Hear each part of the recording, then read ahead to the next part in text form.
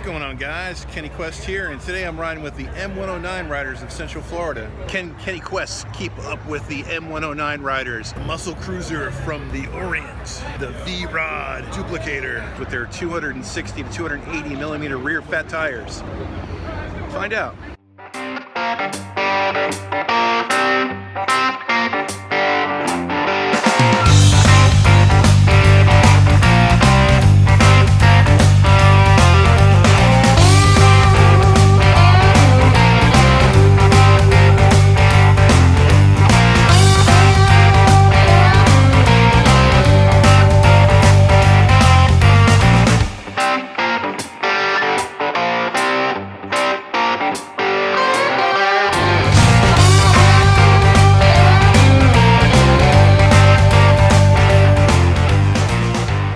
Bike showing up. We're at our second pit stop. We had the starting destination and 2 additional pit stops planned, and we're at pit stop number 2.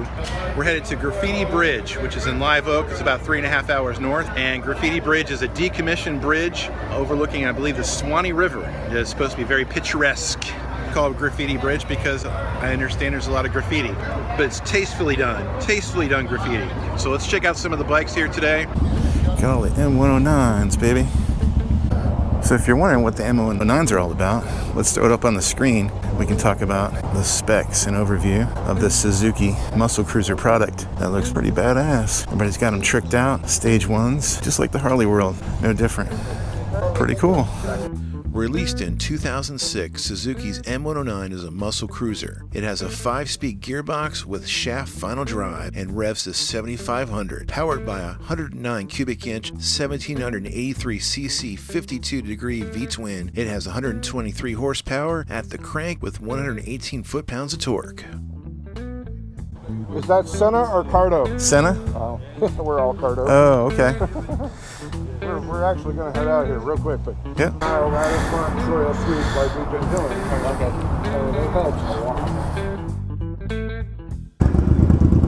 doing. Temperature hot. I hear ya. So for our trip today, we're meeting up outside of Orlando in Orange County and right off Highway 441. And then we're going to cruise, taking the back roads to Ocala, which will take us about 1 hour and 46 minutes. And then we're going to take back roads all the way up to Lake City, which should take us approximately 1 hour and 15 minutes. And we're going to have some lunch in Lake City before finally heading off for our destination at the Graffiti Bridge. And the Graffiti Bridge is just like it sounds. It's a decommissioned bridge, and we're going to attempt to ride our bikes up on the bridge and take some pictures. So all in all, it's going to be a full day's riding adventure, and I'm looking forward to getting some good seat time on the Frankenglide, my 1996 FLSTN Heritage Special. So this will be my official second group ride experience, but definitely my longest. Let's hope this time I can stay with the group and not get left behind.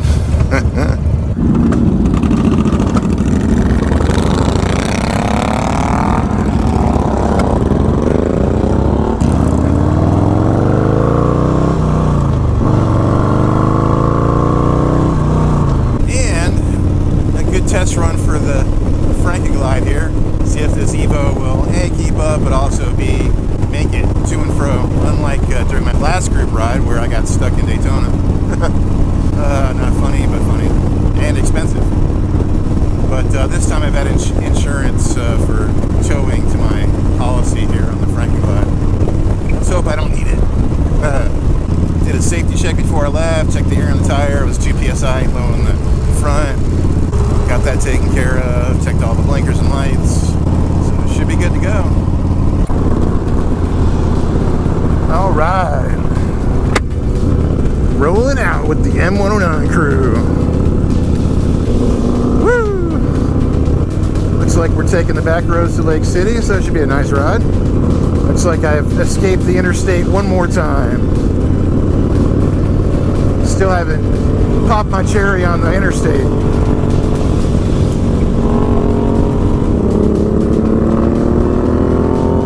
Rolling thunder, power train, coming off like a hurricane.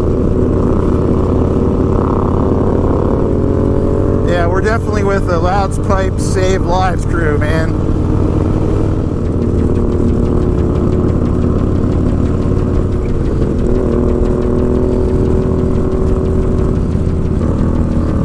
look at that. Beautiful canopy of trees. Filled up this morning. Supposedly I have a 5-gallon tank. Who knows if I have a 5-gallon tank? But I got the reserve. I know if it starts sputtering, get that, you get extra 30 miles. And I got a canister of fuel with me in my saddlebag that holds like a 0.33 of a gallon, quarter gallon, just over a quarter gallon. Look at the glory to be. Love these canopies. Yeah, this is a pretty route. We got Indians, we got Suzukis, we got Harleys, all together. Enjoying the ride. Knees in the breeze. Rumble in the wind. Full throttle, baby. Headed to the Graffiti Bridge. Woo!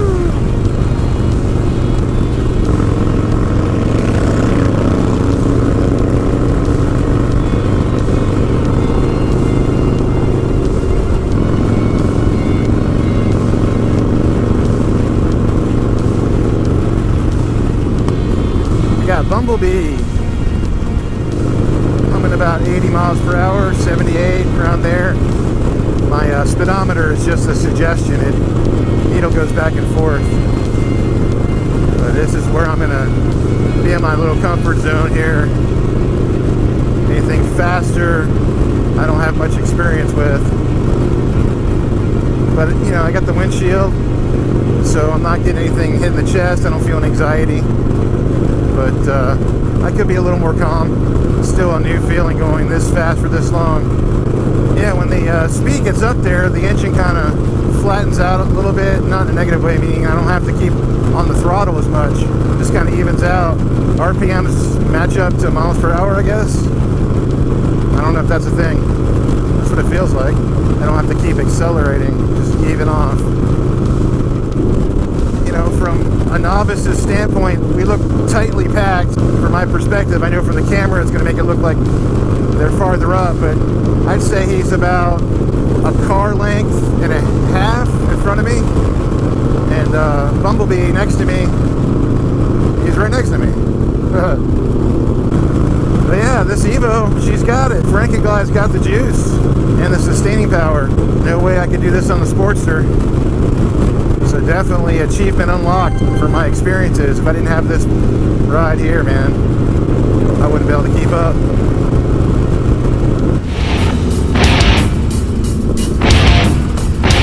I remember when I took this route on my Sportster last year. It took me a long time to get to this point. A lot longer.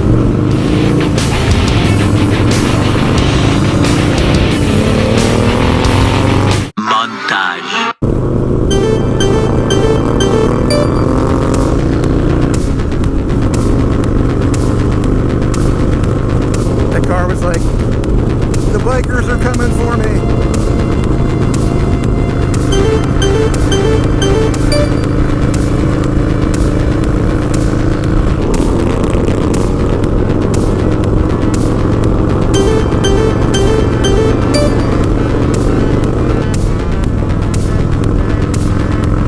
My turn.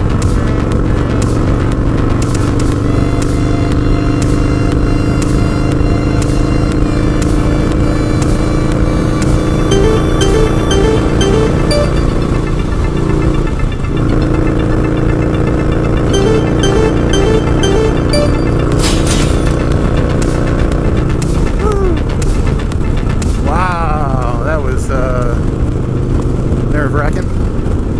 It's like I want more power, and then all of a sudden the bike goes, okay. I gotta suggest the power, and then the power comes. I guess I could have dropped the gear.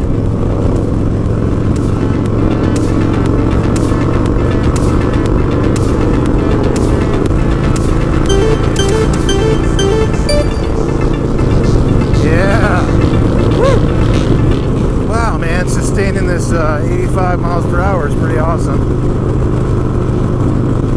Vibrations, they're okay. I mean, floorboards are absorbing most of it. bars are good. My phone though is getting tossed around, so I know there's vibrations on my phone mount.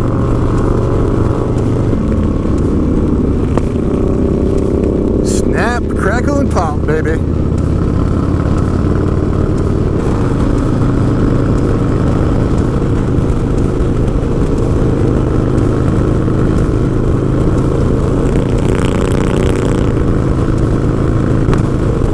Noticing a couple of these M109s, they have backfires. Wonder what that's all about. What causes backfire motorcycle? There is more fuel present than there is air. This difference causes backfire in the exhaust.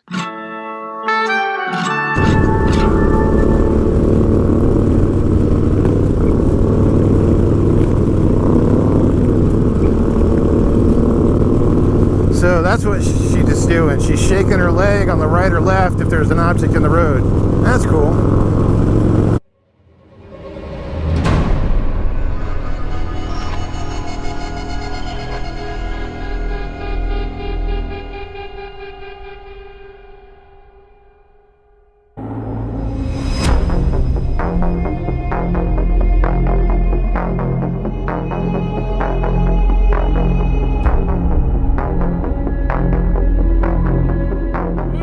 Hey guys, so our adventure to Graffiti Bridge took a slight detour. As you can see, the police have arrived on the scene due to a miscommunication.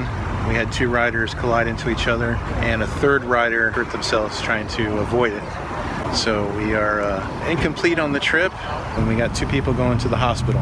We had one person turning and the other person not knowing someone was turning, even though that was the group instructions. They didn't see it.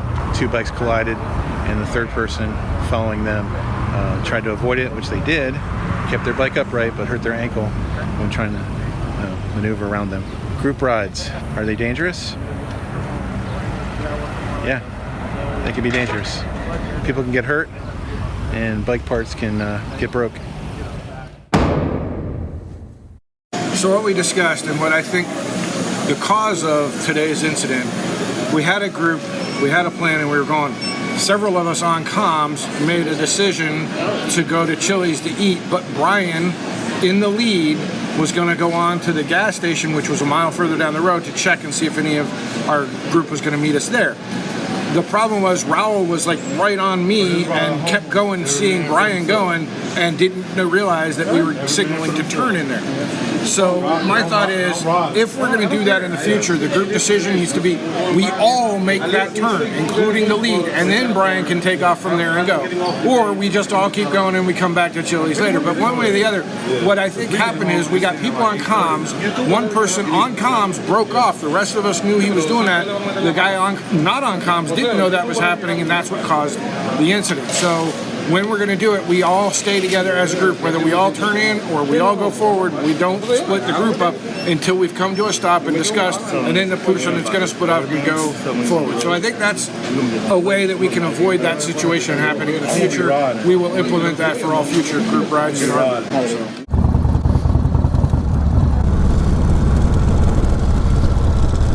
Heading over to the hospital to drop off one of the riders' keys. Their bike will stay at the restaurant. This is with their permission and communications.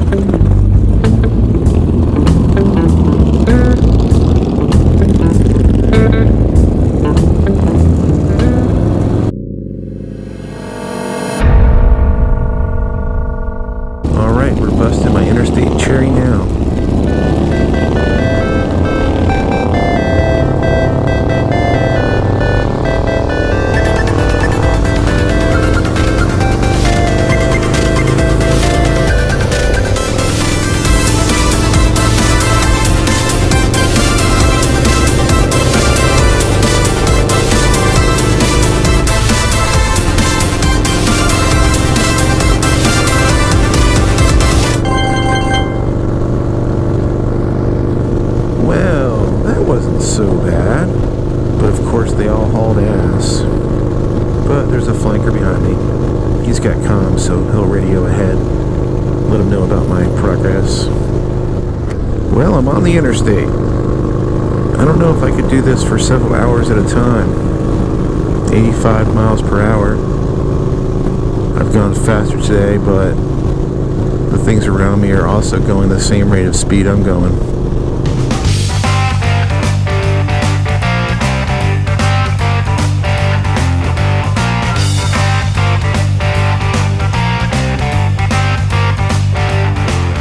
Now we're on I-10. We can take this road all the way to California, baby. Imagine that, just me and my EVO riding I-10 to the West Coast. What a dream trip that would be. I get to see all the places, stop and meet local faces along the way. How many of you guys live near I-10? Let's ride, baby. There's the group.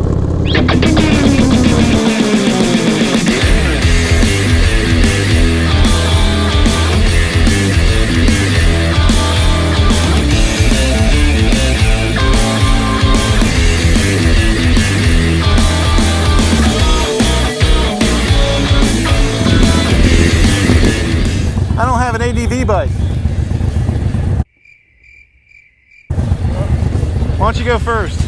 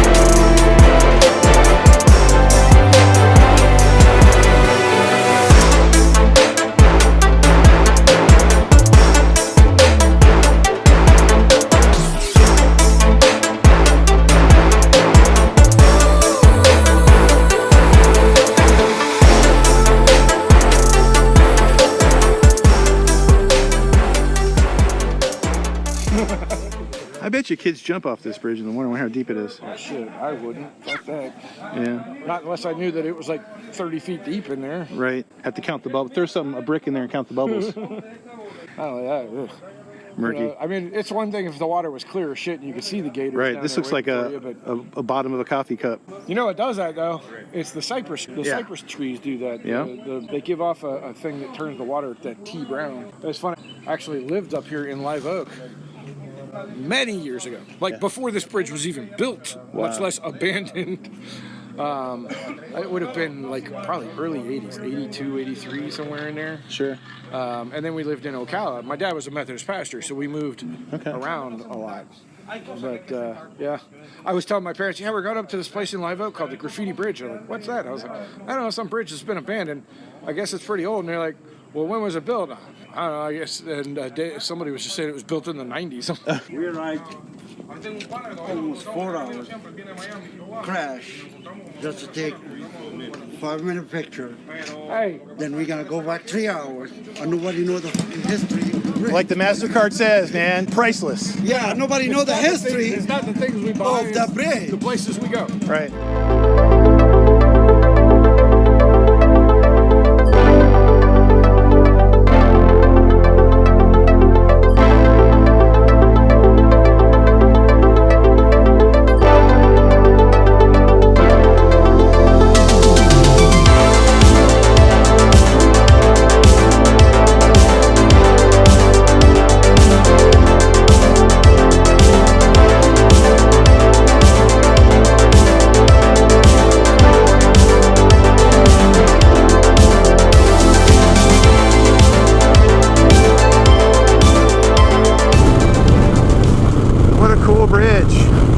Bunch of guys. So we got about 4.5 hour ride back to Orlando area from North Florida. Probably won't get home till about 9 o'clock. Group's talking about sticking together until Ocala, which was our first stop, and then breaking apart there. I think I'm just gonna take my sweet time going home.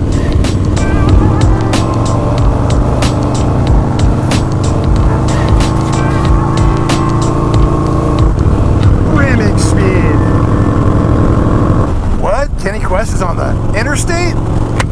What's going on with this? Yeah, my cherry's broken, so now if I can save some time, I'm heading on the interstate. And why not? The interstates are made for saving time. And once you're comfortable with the speeds, not to say that I'm entirely comfortable with everything that's going on the interstate at the speeds that I'm traveling, just gotta stay vigilant. And then I think, like everything in my riding journey so far, I've gotten to get comfortable with and anticipate what it feels like when an 18-wheeler rides past you, and now I'm overtaking 18-wheelers and knowing how that feels. So it is what it is. If I'm going to be traveling, I need to be able to travel on the interstate, especially in Florida.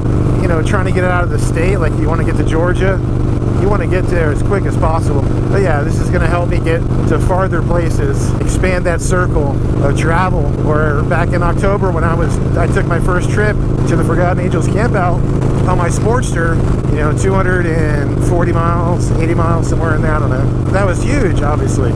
Today's trip to Graffiti Bridge, I cleared my trip meter on my Speedo this morning, so when I get back home I'll be able to look at it and see the total round trip. But I want to say it's like 600 miles. Future me can step in right now and give me the answer. So we're at 365 miles for the trip. Thank you, future me. So, you know, traveling on the interstate, kind of a necessity if you want to do stuff on the weekend, 3-day weekends. That's a little bit farther outside of, you know, a couple hundred miles. And like today's trip, for example, is 1 day. Leave in the morning, get back. And technically we did lose maybe an hour and a half because of the incident. So lots of firsts today. First group ride, first time to witness a motorcycle accident, first trip on an interstate. And just think, a year and a couple months ago, I didn't even have a motorcycle's license nor a motorcycle. now I can go anywhere. Need to work on my slow speed skills. Definitely got to work on my figure eights and parking lot mannerisms.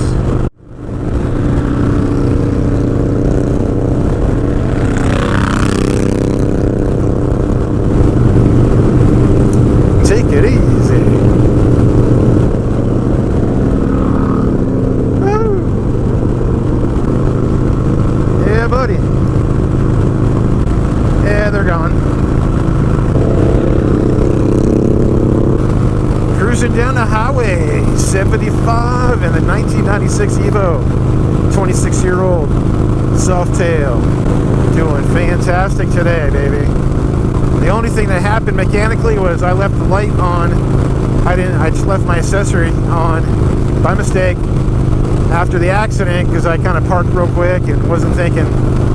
And when I came back to the bike wouldn't start, battery was dead. Somebody had a jump quick start, and it's been good ever since. I've turned the bike off and on half a dozen times.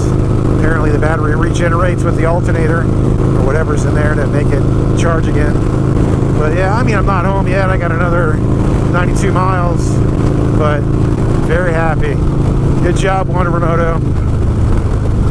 I'm unsure on how I want to talk about what happened today because it puts a big asterisk on the day. Yeah, we ended up going to the bridge. It was everything that everybody talked about the bridge to be, and we experienced that. Less two group members that when they woke up this morning, they were excited about going to the bridge as well, and then they couldn't make it. That sucks. Should my episode be about how dangerous it is to be in group rides? Well, it's dangerous to be on a motorcycle, period. And that's what happens on motorcycles in group rides is you're in close proximity. You have to communicate. If you don't communicate, somebody doesn't know what's going on. That's what happens. All right, folks, thanks for coming with me this week. My name's Kenny Quest. If you ride, keep the shiny side up. If you don't ride, what are you waiting for? Find that motorcycle, buy it.